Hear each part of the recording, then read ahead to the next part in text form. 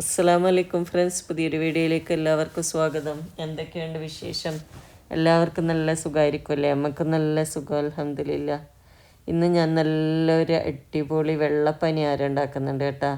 നമുക്ക് പാർട്ടിക്കെല്ലാം സെർവ് ചെയ്യാൻ പറ്റിയ, ബ്രേക്ക്ഫാസ്റ്റിനായാലും ഡിന്നറിനായാലും എല്ലാം കഴിക്കാൻ പറ്റിയ നല്ല ചിക്കൻ കറി, മട്ടൻ കറി, ബീഫ് കറിൻ്റെ കൂടെ എല്ലാം കഴിക്കാൻ പറ്റിയ നല്ല അടിപൊളി വെള്ളപ്പനിയാരം. സോഫ്റ്റാണ്, എന്നാലാണെങ്കിൽ നല്ല കാണാനും നല്ല ഭംഗിയുണ്ട്, ഭയങ്കര ടേസ്റ്റിയാണ്.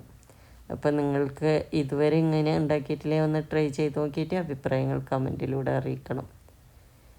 അപ്പം നമുക്ക് എങ്ങനെ ഇതുണ്ടാക്കുന്ന നോക്കിയാലോ. ഞാനിവിടെ 2 കപ്പ് ദോശ റൈസ് വെള്ളത്തിലിട്ട് വെച്ചിട്ടുണ്ട്. നമ്മൾ പച്ചരിയില്ലേ, ദോശയിൽ ഉണ്ടാക്കുന്ന ആ പച്ചരി. അങ്ങനെ 2 കപ്പ് അരി ഒരു 3-4 മണിക്കൂർ നമുക്ക് വെള്ളത്തിൽ കുതിരാൻ വെക്കാം. ഇപ്പോൾ 3 മണിക്കൂർ കഴിഞ്ഞിട്ടുണ്ട്. ഇത് നന്നായി കുതിർന്ന് വന്നിട്ടുണ്ട്. നമുക്കിതൊന്ന് കഴുകിയിട്ട് വെള്ളം ഊറ്റി കളഞ്ഞിട്ട് വരാം. അങ്ങനെ നന്നായി കഴുകി വെള്ളം ഫുള്ള് കളഞ്ഞിട്ടുണ്ട്. ഇതിൽ ഞാൻ എന്താക്കുന്നുണ്ട്, 1 കപ്പ് ഫുള്ള് തേങ്ങ ചിരകിയത് ഇട്ട് കൊടുക്കുന്നുണ്ട്. പിന്നെ 1.5 കപ്പ് ചോറും. ഈ ചോറ് ഞാൻ പച്ചരിനെ കൊണ്ട് തന്നെ ഉണ്ടാക്കിയതാണ്. നല്ല നമ്മൾ വെളുത്ത പനിയാരായി കിട്ടും. അല്ലാണ്ട് മട്ട റൈസിൻ്റെ ചോറ് ചേർത്താൽ നമുക്ക് അത്ര വെള്ളപ്പനിയാരം അത്ര ഭംഗിയായിട്ട് കിട്ടൂല കേട്ടോ. അപ്പോൾ നിങ്ങളുടെ അടുത്ത് പച്ചരിൻ്റെ ചോറ് ഇല്ലെങ്കിൽ മറ്റേ മട്ട റൈസിൻ്റെ ചോറ് തന്നെ ചേർക്കുക. പക്ഷേ കാണാൻ നല്ല വെളുത്തതായിരിക്കണമെങ്കിൽ പച്ചരി ചോറ് ചേർക്കുന്നതായിരിക്കും നല്ലത്. അങ്ങനെ ഞാനിതിൽ ചോറ്, തേങ്ങ, ഉപ്പ് ചേർത്ത് നന്നായി മിക്സ് ചെയ്തതിന് ശേഷം നമുക്ക് എന്താക്കാം, നല്ല കട്ടിയിലും തരിതരിപ്പില്ലാതെയും അരച്ചെടുക്കാം. കുറച്ച് വെള്ളം ചേർത്തിട്ട് പകുതി ഇട്ട് കൊടുക്കുക അരി, അല്ലെങ്കിൽ ഫുള്ള് ഇട്ട് കൊടുത്താലെങ്കിൽ നമുക്ക് ഇത്ര കട്ടിയിൽ അരച്ചെടുക്കാൻ കഴിയില്ല. അങ്ങനെ നന്നായി അരഞ്ഞ് വന്നതിന് ശേഷം ഞാനിതിൽ 1/2 ടീസ്പൂണ് ഈസ്റ്റും 1/4 ടീസ്പൂണ് പഞ്ചസാരയും കൂടി ചേർത്തിട്ട് ഒന്ന് ജസ്റ്റ് അടിച്ചെടുക്കുന്നുണ്ട്. അങ്ങനെ ഈസ്റ്റ് ചേർത്തുകൊണ്ട് തന്നെ നമുക്ക് എന്താക്കാം, ഒരു വലിയ പാത്രത്തിൽ ഒഴിച്ചു കൊടുക്കുക. അല്ലെങ്കിൽ എന്താണെന്ന് പറഞ്ഞാൽ പൊങ്ങി വന്നിട്ട് മറിഞ്ഞു പോകാൻ സാധ്യതയുണ്ട്, പുറത്തായി പോകാൻ. അതുകൊണ്ട് നമുക്ക് എന്താക്കാം, ഒരു വലിയ പാത്രത്തിൽ തന്നെ ഇത് ഒഴിച്ചു കൊടുക്കാം. ഞാനിത് 2 തവണയായിട്ട് അരച്ചെടുക്കുന്നുണ്ട്. അങ്ങനെ അരച്ചിട്ട് ഒരു വലിയ പാത്രത്തിൽ ഒഴിച്ചിട്ട് നമുക്ക് എന്താക്കാം, ഇത് അടച്ച് വെക്കാം. ഇതിപ്പോൾ ഞാൻ നന്നായി ഈസ്റ്റ് പഞ്ചസാര ചേർത്തിട്ട് നന്നായി അടിച്ചിട്ട് ഇത് നോക്കിയാൽ ഇതുപോലെ ഒരു ഇഡലിൻ്റെ പരുവത്തിൽ നല്ല കട്ടി തന്നെ അരച്ചിട്ട് ഒരു സ്പൂണ് കൊണ്ട് നന്നായി മിക്സ് ചെയ്തതിന് ശേഷം നമുക്ക് 3-4 മണിക്കൂർ അങ്ങോട്ട് മാറ്റി വെക്കാം അടച്ചിട്ട്.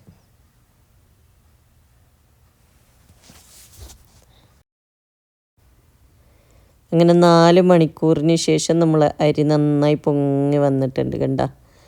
പിന്നെ പച്ചരിൻ്റെ ചോറും തേങ്ങയും ചേർത്തുകൊണ്ട് തന്നെ എന്താണെന്ന് പറഞ്ഞാൽ നല്ല വെളുത്ത മാവന്നായിട്ടുണ്ട് കണ്ട, ഇതുപോലെ. അതിന് ശേഷം നമുക്ക് എന്താക്കാം, ഒരു കാര ചൂടായതിന് ശേഷം നമുക്ക് ഇതുപോലെ ഒരു കുറച്ച് പകുതി ഒഴിച്ചു കൊടുത്തിട്ട് അടച്ചു വെക്കുക. ഓയിലൊന്നും ഒഴിച്ചു കൊടുക്കേണ്ട ആവശ്യമില്ല. ഇനി നോൺ സ്റ്റിക്കിൻ്റെ കാര അല്ലെങ്കിൽ ഒന്ന് ബ്രഷ് ചെയ്ത് കൊടുത്താൽ മതി. ഓയിൽ ഒഴിച്ചിട്ടില്ലേ നമ്മൾ സാധാരണ കാരയപ്പം ഉണ്ടാക്കൽ.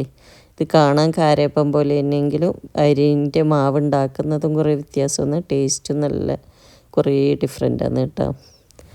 അപ്പോൾ ലോ ഫ്ലെയിമിലിട്ട് ചൂടായതിന് ശേഷം ഒഴിച്ചിട്ട് എന്താക്കുക, ലോ ഫ്ലെയിമിലിട്ട് അടച്ച് വെച്ചിട്ട് വേവിച്ചെടുക്കുക. വെന്തതിന് ശേഷം ഒന്ന് മറിച്ചിട്ടിട്ട് ജസ്റ്റ് ഒന്ന് ചൂടാക്കിയിട്ട് നമുക്കൊരു പാത്രത്തിലേക്ക് മാറ്റാം. വെന്തതാണ്, പിന്നെ ഒന്ന് ഒട്ടിപ്പിടിക്കാതിരിക്കാൻ വേണ്ടിയിട്ട് കണ്ട, നല്ല സോഫ്റ്റും വെളുത്തതും.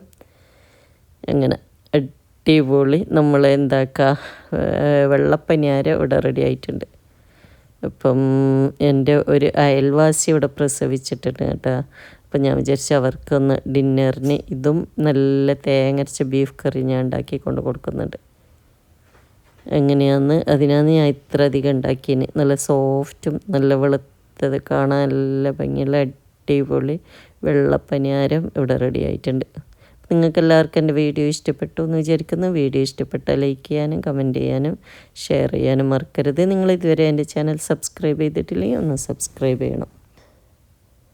എങ്ങനെയാന്ന് കേട്ടോ. അപ്പം നമ്മൾ ഇത് കണ്ടില്ലേ വെള്ളപ്പനിയാരം. ഞാൻ ഇതിൻ്റെ കൂടെ തന്നെ ഫ്രൈഡേ നല്ലൊരു ചിക്കൻ ബിരിയാണി ഉണ്ടാക്കിയിട്ടുണ്ട്, അടിപൊളി ചിക്കൻ ബിരിയാണി. അപ്പോൾ അതിൻ്റെ വീഡിയോയും കൂടെ ഇതിൻ്റെ കൂടെ ഇൻക്ലൂഡ് ചെയ്തിട്ടുണ്ട്.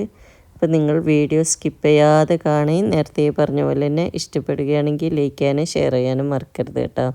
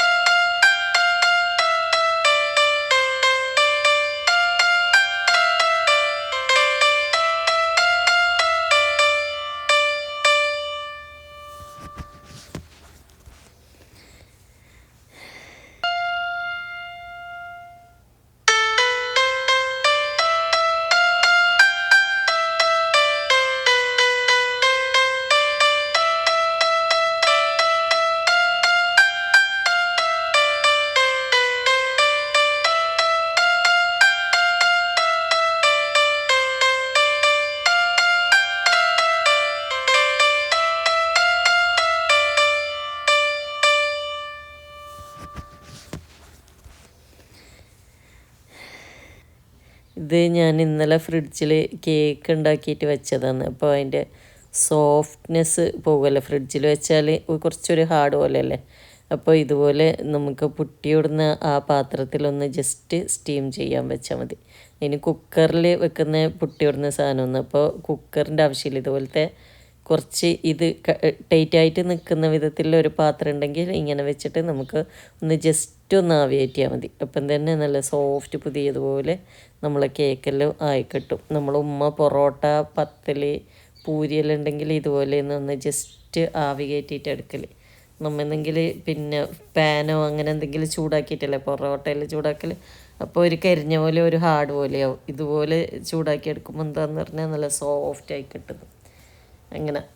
ഇങ്ങനെയൊക്കെയാണ് നമ്മളെ വിശേഷം കേട്ടോ. ബിരിയാണീൻ്റെ ഫുൾ വീഡിയോ സ്കിപ്പ് ചെയ്യാതെ കാണണേ.